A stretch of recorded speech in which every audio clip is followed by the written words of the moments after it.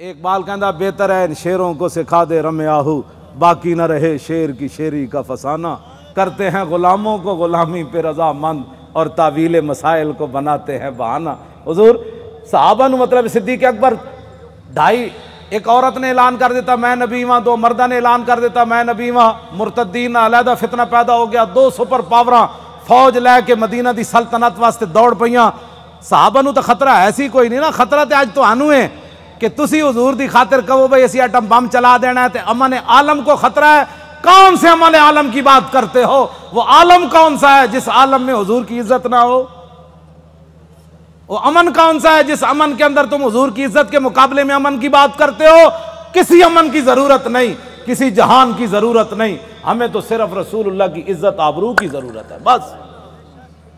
असी ना गल कर रहे हैं भाई हालैंड जे अड़ जाए जे नहीं जी असी मुकाबला कराना है, फिर फिलफौर उदा सफीर तो कड्डो ते अपने सफीर नू फिलफौर वापस बुलाओ, जे नहीं तो फिर अगले काल दा फिर इंतजार करो। फिर देखो वसयालमुल्लज़ीना ज़लमू अय्या मुनक़लबी यनक़लिबून, जालिमों को फिर पता चल जाएगा कि क्या होने वाला है। ताजदारे खत्म नबुव्वत